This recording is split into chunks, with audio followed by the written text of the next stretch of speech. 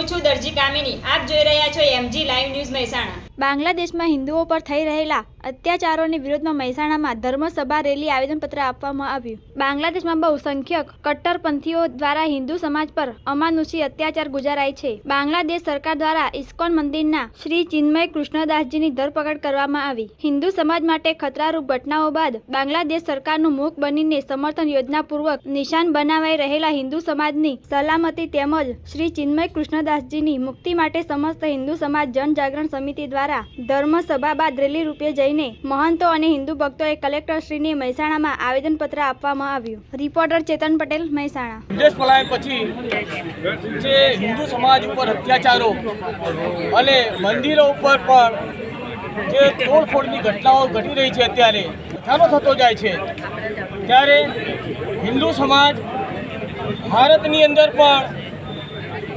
બાંગ્લાદેશમાં રહેલા હિન્દુઓ પ્રત્યે ખભે ખભો મિલાવીને આજે કલેક્ટરશ્રીને આવેદનપત્ર આપવાનું એક આયોજન કરેલું હતું।